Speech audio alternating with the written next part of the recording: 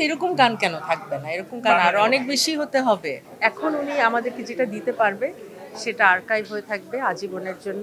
আমার মনে হয় যে এখানে ভিডিও ইম্পর্টেন্টই না আসলে। এই গান জাস্ট লিরিক্যাল করে ছেড়ে দিলেও মানুষ শুনবে। এখানে ভিডিও ইম্পর্টেন্ট না, বাট ভালো লাগে যে হ্যাঁ, আমরা শিল্পীদের দেখতে পাচ্ছি, ওটা একটা চোখের একটা শান্তি। কিন্তু কমার্শিয়াল গান থাকবে, কমার্শিয়াল গান নিয়ে আমার কোনো কমপ্লেন নেই। কিন্তু এরকম গান কেন থাকবে না? এরকম গান আরো অনেক বেশি হতে হবে।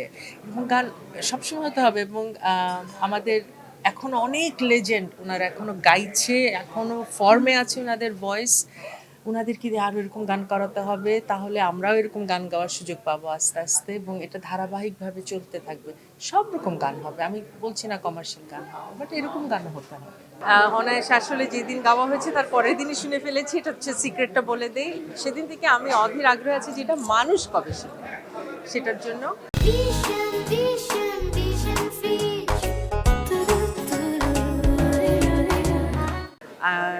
গালিব ভাইয়ের লেখা, বাপ্পাদার সুর এবং বাপ্পাদা আর রুনান্টির যুগলবন্দি বাংলা গজল। আমার কাছে মনে হলো যে গত 10-15 বছর আমি এত সুন্দর গান শুনিনি, বাংলা গান। আমার কাছে মনে হয়েছে, এটা আমার ব্যক্তিগত অভিমত, এবং এটি একটি মানে অসাধারণের চেয়েও বেশি যদি কিছু থেকে থাকে। এবং আমার কাছে মনে হচ্ছে যে রুনান্টির গায়কী সময়ের সাথে সাথে শুধু আরও পরিপক্ক হচ্ছে, আরও সুন্দর হচ্ছে, এবং এখন সময় খুব বেশি বেশি করে এই কিংবদন্তিকে দিয়ে আরও চমৎকার এ ধরনের কিছু গান করে ফেলা। এবং তার জন্য আমি সমস্ত যারা মিউজিক ডিরেক্টরস আছেন তাদেরকে বলবো যে আপনারা আসেন, আপনারা আমাদের কিংবদন্তিদেরকে গান করান, স্পেশালি রুনান্টিকে দিয়ে, কারণ এবং এরকম গান করান।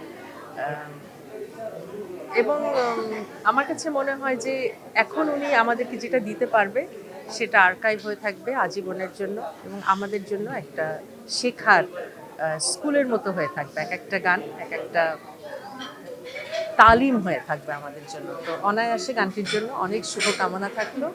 আমরা আগে তো আরও শুনেছি, আজকে দেখলাম 2 বার, দেখে মন ভরেনি, বাসায় গিয়ে আবার দেখবো। সবার জন্য শুভেচ্ছা।